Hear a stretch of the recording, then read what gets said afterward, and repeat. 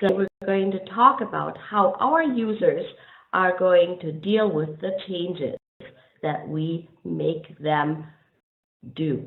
And so we're going to talk about managing that kind of change. It's called organizational change. We'll talk about resistance and conflict as they arise, because remember, it is our job as project managers to ensure that the message that we send out is being received by whoever we're asking to adjust their work mode based on their information needs, and that message is received and understood.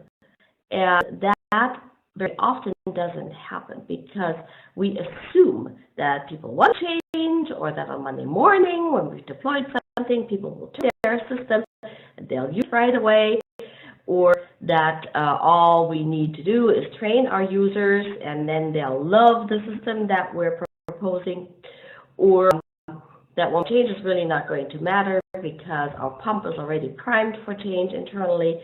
And, last but not least, our user choices, they can change or they can leave.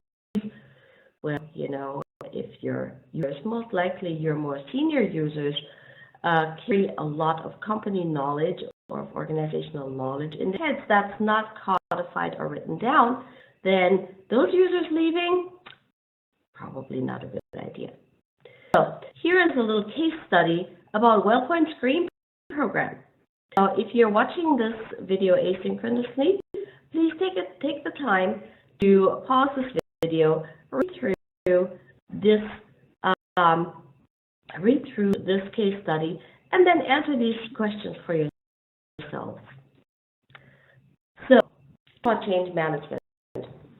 Change management means transform the organization so it is aligned with the execution of a chosen corporate business strategy.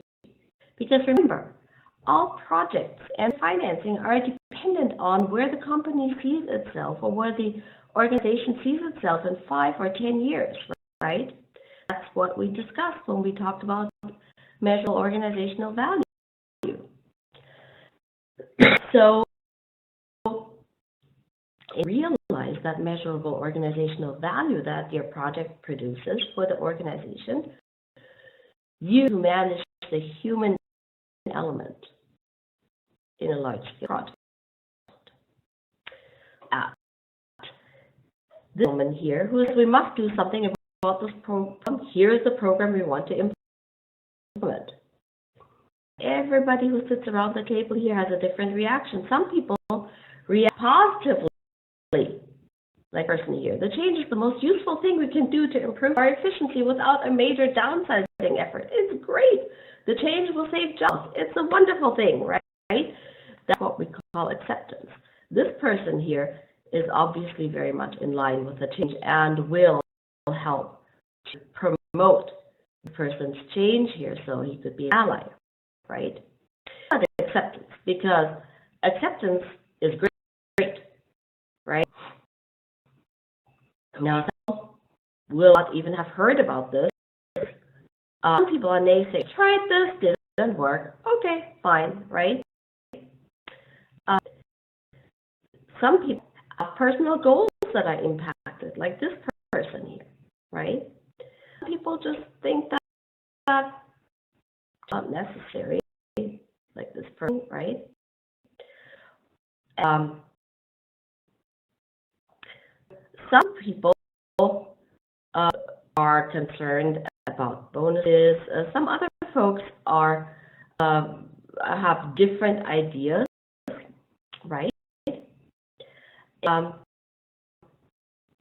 people fear as well, jobs will be lost. Not necessary, right? So, and we want to make sure then that if anybody is required to follow along with a change, but they don't like it, it's what we call compliance. Compliance is never good because it does not generate enthusiasm for the change or for the project in itself and its outcome. So, and we understand what the process is, what the impact is of the change on people's emotions, right? We want person here with acceptance. We see a number of people here that can probably be coerced into compliance, maybe because of jobs, right? We want to make sure that everybody moves towards this gray arrow here, acceptance. Now, there's a great video that I'm asking you to watch. That is right here. It's overcoming resistance to change, isn't it obvious?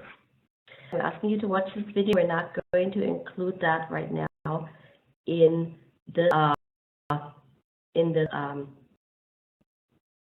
lecture, but the outcome of this video is really to try and figure out how we can emphasize the positives of change and the negatives of not changing over the negatives of changing, which is the fears of the future that we've seen in the cartoon, and the positives of not changing, which is the love of the status quo.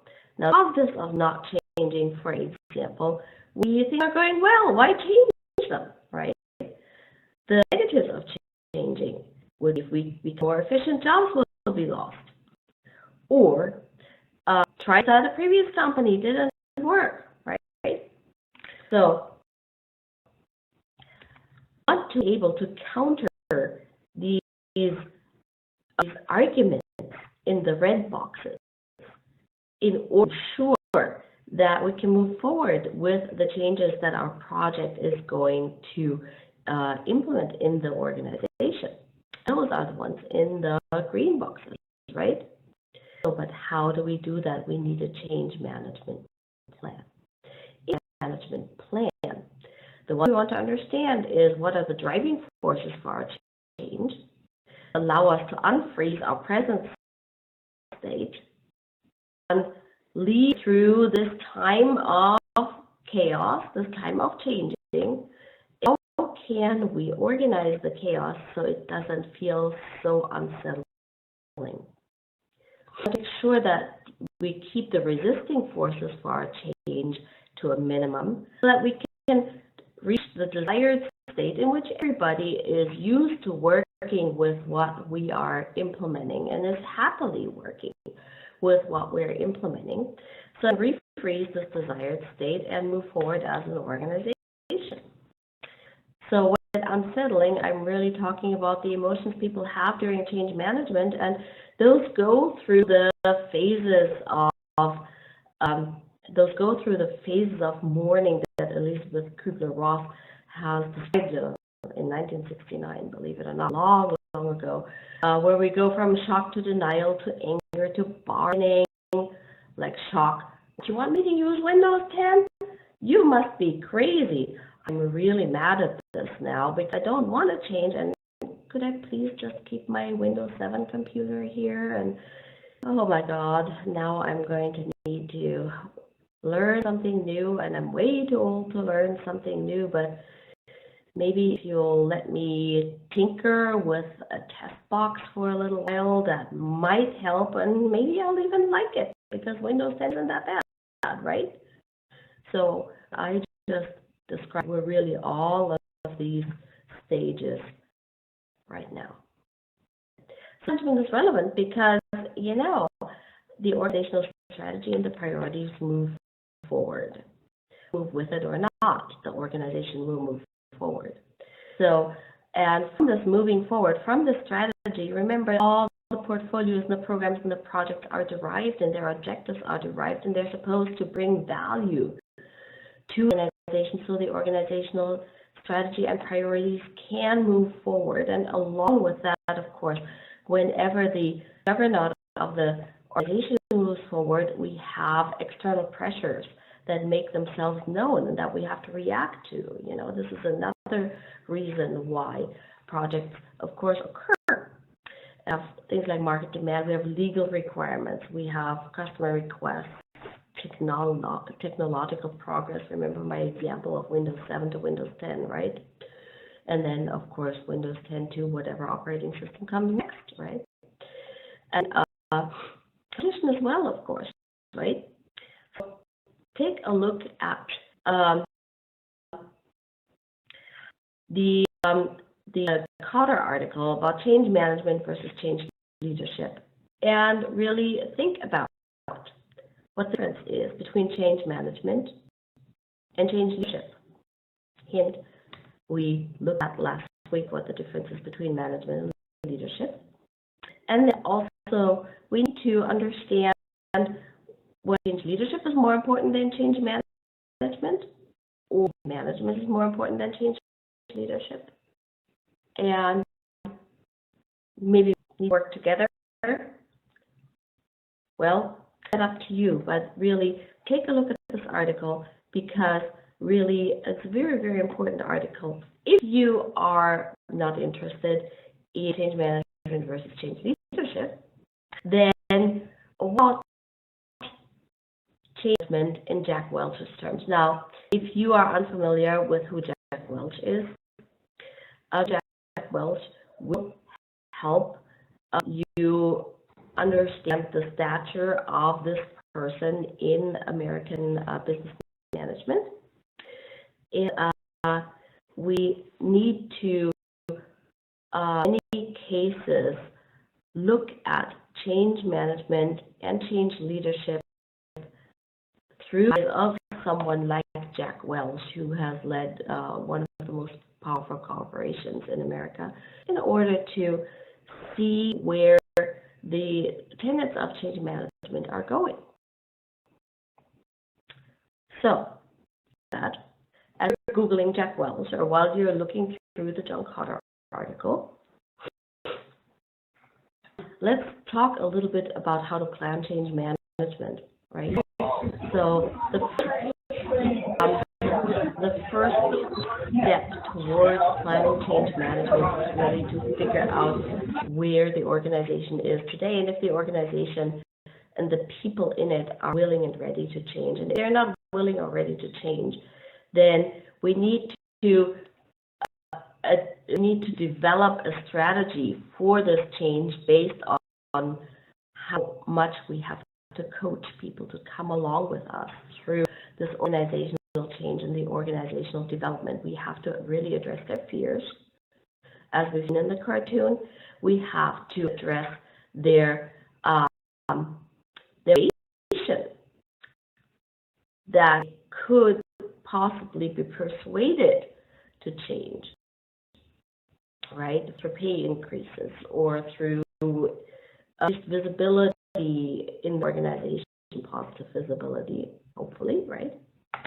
So, and this strategy is really, really important, and it really has a lot to do with emotional intelligence. It has a lot to do with communicating. It has a lot to do also with figuring out where people are in this Elizabeth Kubler-Ross continuum, or what will be after change. This also means that change management really is a very senior activity within an organization, and it has to, in many cases, come from the bottom up, not from the executive level down. Strategy and the plan have been developed, then we want to implement the change management plan and track progress, and for that it's very important to understand which metrics to measure, right? Because at the end of the change management period, which goes along with the deployment period in a project, or even starts earlier to kind of put a pump for the changes to the users or changes for the users and to the users' work environment that are coming down the line. Understand which metrics to track so that we can, maybe a week after the change has happened, a month after the change has happened, even a year after the change has happened, so we can track how successful the change has really been, or how much measurable organizational value the project really has created. You know, the use of developing a piece of software that nobody's going to use later on, right? That's not measurable organizational value. And that is not really preparing the organization for a change to implement that change gainfully and effectively. So this means that we need to, for our change management planning, understand who the sponsors are. The initiating sponsor can very often be the project sponsor. A sustaining sponsor might actually be a functional manager or a department manager, right? We need to understand who the change agents are going to be. The can be an initiating change agent, but really it takes very, very important people and people who are well liked and who are thought to be thought leaders throughout the organization to carry that spirit of change forward. It may not necessarily be you, the project manager. Maybe someone very senior in the organization, but not necessarily very high level, right? Can be very important individual contributors, right? Change agents come from all layers of the organization. The most important thing is that we recognize their large political and emotional influence on users whom we are trying to move from here to there. So the target of our change are the users. They can be our customers as well if the customers are users, like, for example, if we're producing an operating system, right? Or some piece of software that is being widely used. We must understand we must communicate to our users, to our targets of change, the impacts and the breadth of change, and don't hold anything back. It's very important that they get the truth, because work success, the rules of their success, may in large part depend on how quickly they can adjust to the change that we're implementing. All right, they understand what has changed, what is over, what they can't use anymore, what they have to use now in its place, right? And again, how their rules for success have changed. There's a number of approaches that I encourage you to Google. There's the rational empirical approach that says, well, let's play with this new type of software, with the new system, and let's learn about it by looking around. Then there is a normative re-education approach where we're saying, okay, we're going to take a whole group and we're going to re-educate a whole group rather than the individuals. Then there is the power or coercive approach, which really gives us compliance through coercion. And remember, at the very beginning, we said compliance is never a good thing. To have what we really want is acceptance, which is a positive aspect of positive implementation of change at the user level that really moves an organization forward. I think people change can only or should only ever happen if there's a threat or if something significant has happened in which coercion and compliance really have to occur for the time being, but it always has to be our goal, turn compliance into acceptance. Of course, we all want to understand that people can adapt to change. We all would like to see people adapt to change and to believe that it's within the power of people to adapt, and that's the environmental adaptive approach. Again, I encourage you to Google all of these approaches. Now, with your project, you're not only driving the project if you do not have a separate organizational change manager by your side who is going to worry about users and how your users or your clients, your customers are going to respond to changes. Like, let's say this organizational change manager could come from a PR department, or could come from the marketing department, or could come from even a technical department, from the training department even, right? Depending on what it is that you're trying to get your users to change, right? This person would be going through the 5 steps, through these 5 phases that you're seeing on the slide right now, identifying the change, working through the details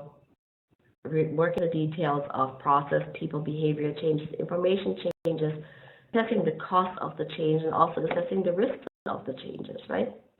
And then doing the approach, implementing that approach. action plan with a communication plan that may very well mirror your communication plan or be tied in with your project communication plan and your plan, right? But may also really look at a resistance plan, which is what we'll be looking at in a little bit. And we'll look at how to frame transition management and also how to look at the readiness for implementation. And, finally, in this plan that this organizational change manager who may be by your side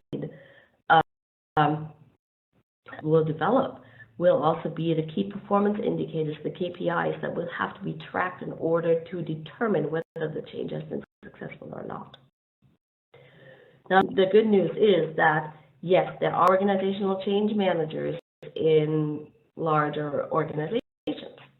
Bad news is that if you work with a small organization or with an organization that on the CMMI level is maybe not as far evolved,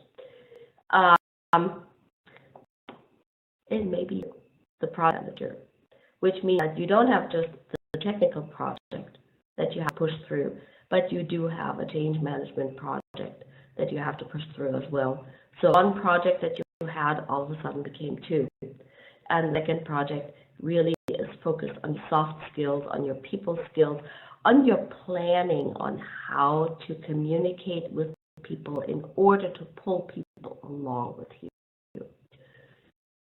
That's a large cultural enterprise, and so there are a couple of models that you can use in order to help you your communication. And one of them is, for example, the Cotter model, which says, well, we need to increase the urgency. You've probably heard about the burning platform, right? And to start to build guiding teams with people who are well liked and well respected and who have influence in the organization to help put your change through, right? But also want to ensure that we communicate the vision, the end goal of this change correctly. And then at our stage 4, really, we are in the implementation. We need to get that communication right. One wrong word can really ruin a plan. It can ruin you politically in an organization as well, right? And then we need to enable and empower people to take action and allow people to short-term wins. Well, maybe with short-term visibility in a team meeting. Look, Joe used our product, its alpha version. He was our alpha tester, and look what he's been able to accomplish. Or look at Sanjeev. He's done really great, and he's saved days worth of work by implementing the new process. That kind of thing, right?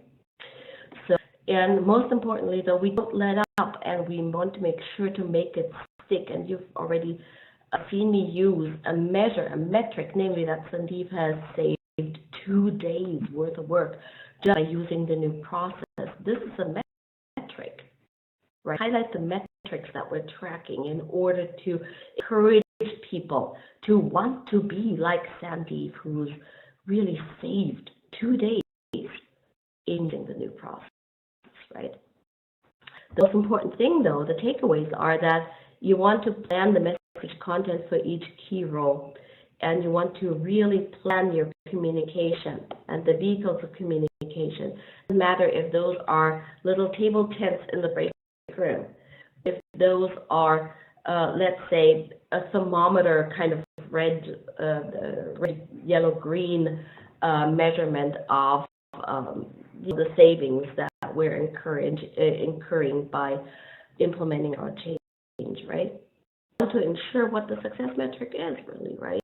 Whether it's days savings, whether it is, temperature gauge, that kind of thing. We need to ensure that we measure the effectiveness, not just of our communications, but of our change, and not just of our change, but of our communications. And how can we do that? How can we frame these communications? So we need to look at what is causing people potentially to resist. right? Next change. And if you watch this video that I encouraged you at the beginning of this video to watch, we'll see that it is in people's nature to resist because people like to stay where they are and feel comfortable. And change really moves people out of their comfort zone into a state. And so here the questions that you have here are just a part of, but a good starting point for consideration of how we can reach people so that they will come with us, right?